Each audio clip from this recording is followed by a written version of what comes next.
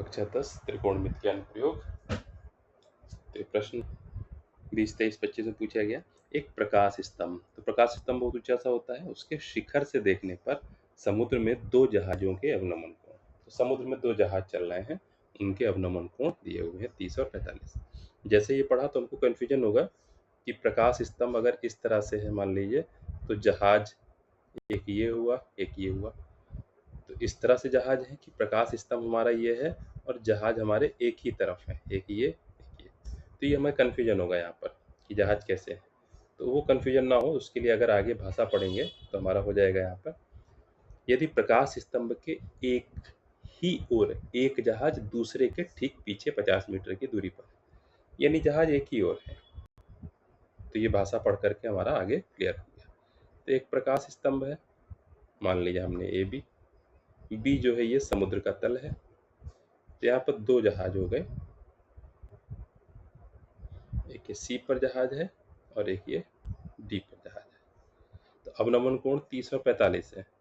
ए से एक जहाज का अवनमन कोण सी तक बनेगा, एक से एक जहाज का अवनमन कोण डी तक। 30 और 45। अब यहाँ पर देखिए कौन सा कोण कम, तो डी वाला कोण कम होगा, यानी कि 30 और ये 45 अवनमन कोण है। तो अवनमन कोण इस तरह से बनेंगे, ए से एक रेखा पृथ्वी के समांतर खींचेंगे तो ये वाला कोण कम है, तो 30, ये वाला कोण ज़्यादा है तो 45। प्रकाश स्तंभ के एक ही ओर एक जहाज दूसरे के ठीक पीछे 50 मीटर की दूरी पर है। तो सी डी जो दोनों जहाज हैं ये 50 मीटर की दूरी पर है। तो समुद्र तल से प्रकाश स्तंभ की ऊंचाई यानी कि ए बी हमें ज्ञात करनी है। तो ये मान लिया हमने एच है, ये दूरी हमने मान ली एक्स है। लगा देंगे सिंपल, tan 45 बराबर एच बटे एक्स। 45 सामने की भुजा एक्स, एच है हो गई लंब और लगी हुई भुजा आधार एक्स। मान रखेंगे 1 बराबर एच बटे एक्स, एक्स का मान हमारा निकलाएगा एच। फिर हम tan 30 लगा देंगे। tan 30 बराबर 30 के सामने की भुजा यानी कि लंब एच, 30 से सटी हुई भुजा तो 50 प्लस एक्स। मान रख देंगे 1 बटे √3 बराबर एच बटे 50 प्लस एक्स। तिरछी गुणा कर देंगे, 50 प्लस एक्स बराबर एच √3। एक्स का मान भी एच रख देंगे तो 50 प्लस एच बराबर एच √3। उधर ले जाएंगे 50 बराबर एच √3 माइनस एच, 50 बराबर एच कॉमन ले लेंगे, √3 माइनस 1 तो एच बराबर 50 बटे √3 माइनस 1। तो ये हमारा हो जाएगा यहाँ पर एच यानी कि प्रकाश स्तंभ की ऊंचाई मीटर में दे रखी है। तो ये हमारा हो जाएगा उत्तर मीटर में। फिर अगला, मैदान में खड़ी एक कार का 75 मीटर ऊंची मीनार से अवनमन कोण 30 है, मीनार के आधार से कार की दूरी। सिंपल वही क्वेश्चन, मैदान में खड़ी एक कार का 75 मीटर ऊंची मीनार से, ये मीनार है ए बी जमीन है, बी से सी तक, सी पर हमारी कार खड़ी है। अब कार की ऊंचाई यहाँ पर हम निगलेक्ट मान लेंगे। वैसे तो ऊंचाई होती है, अगर कहेगा कार इतनी ऊंची है तब भी ठीक है, नहीं तो कार की ऊंचाई हम नहीं मानेंगे। तो 75 मीटर ऊंची मीनार से, तो ये हमारी हो गई 75 मीटर। अवनमन कोण 30 अंश है, तो ये 30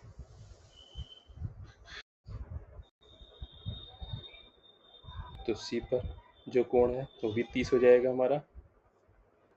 मीनार के आधार से कार की दूरी, इसको हम लोग x मान लेंगे, सीधे tan 30 लगा देंगे। tan 30 बराबर 75 बटे एक्स, मान रख देंगे 1 बटे √3 बराबर 75 बटे एक्स। तिरछी गुणा कर देंगे तो x का मान आ जाएगा 75 इंटू √3 मीटर।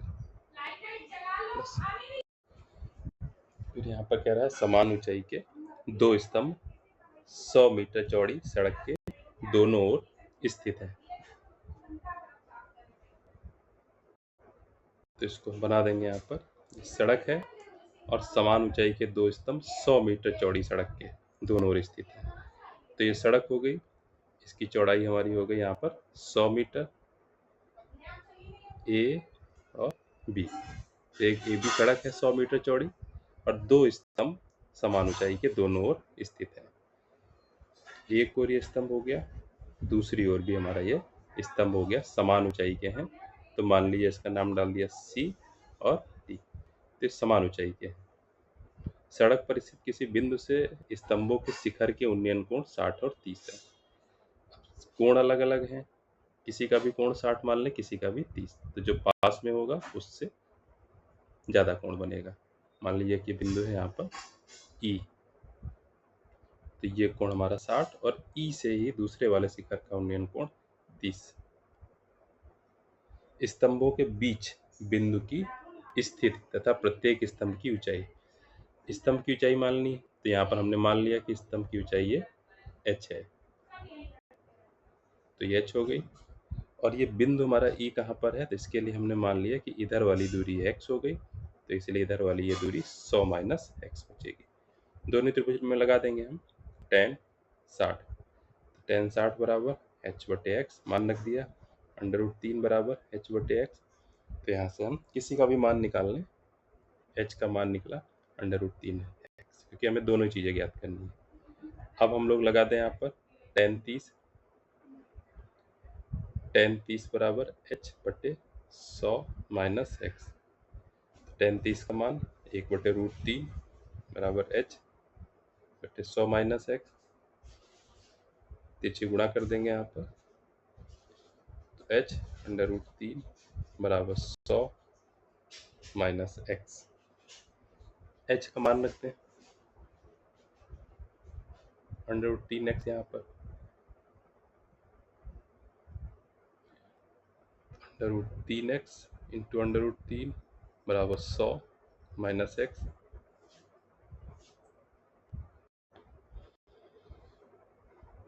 √3 की गुणा 3 हो जाएगी, 3x बराबर 100 माइनस x इधर आके जुड़ जाएगा, तो 4x बराबर 100, तो x का मान आ जाएगा हमारा 25। तो 25 का मतलब हुआ कि जो बिंदु है हमारा ये एक स्तंभ से 25 मीटर होगा, तो दूसरे से 100 माइनस 25 यानी 75 मीटर की दूरी पर होगा। और x का मान रख देंगे तो h निकल आएगा, तो h बराबर √3 इंटू 25, यानी कि h बराबर 25 √3 मीटर। तो ये हमारी हो जाएगी यहाँ पर स्तंभों की ऊंचाई।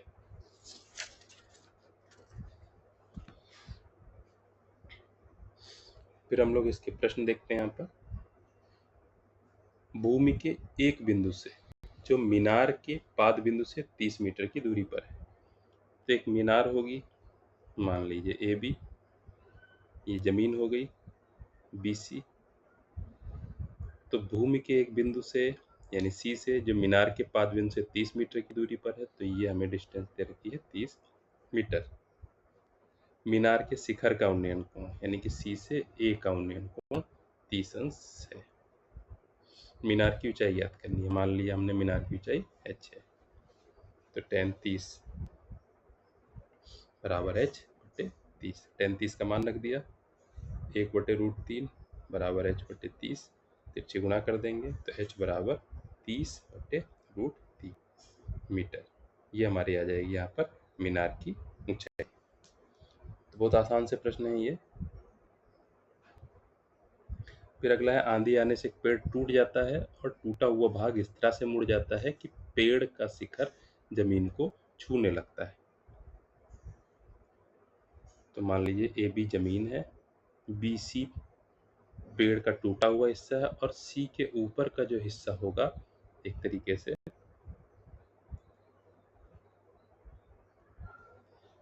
तो ये टूट करके लटक गया और ए पर छूने लगा और 30 अंश का कोण बनाने लगा।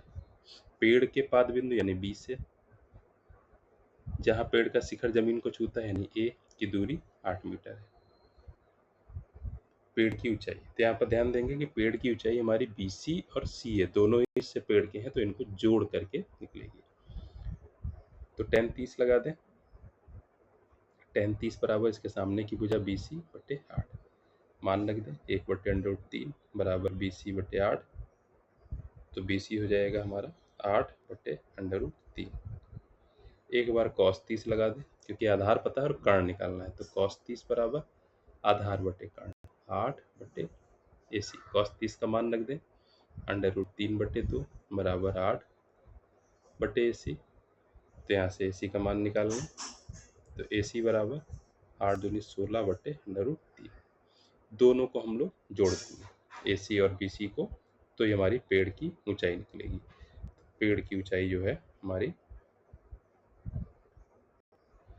8 बटे √3 प्लस 16 बटे √3, तो हमारी हो जाएगी 24 बटे √3।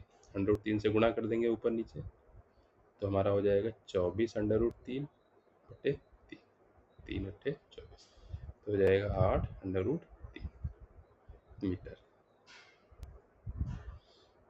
ठीक है, बाकी प्रश्न हम लोग करेंगे।